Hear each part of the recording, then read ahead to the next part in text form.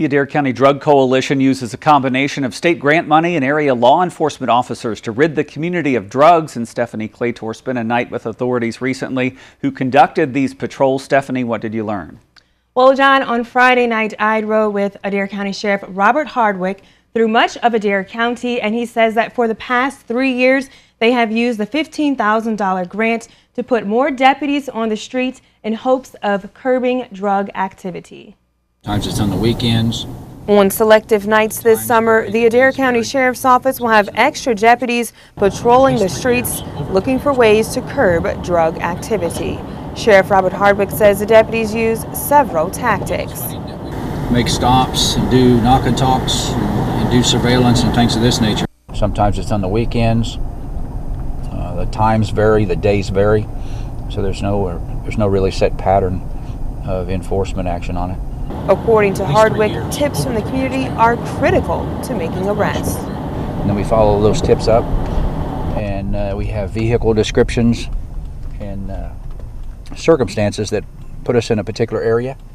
And then we set up surveillance, and we pretty well know what vehicles they're going to be driving, and then we look for probable cause to stop the vehicles. After stopping a vehicle, Hardwick says deputies then look for probable cause to search the vehicle. We talk to the driver, talk to individuals in the car. One thing leads us to the next step, and then based on what we find, based on our observations, things of this nature, then there's on occasion that there's enforcement actions or an arrest.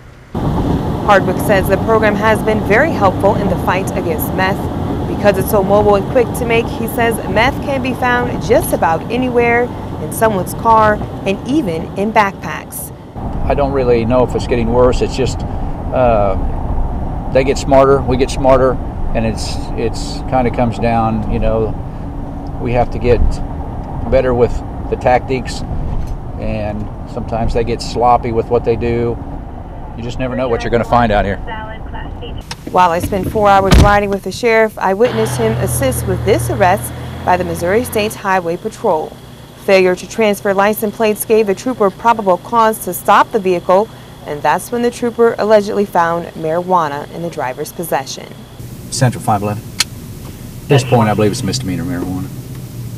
This helps us make drug arrests. This helps us to make our community safer. You bet.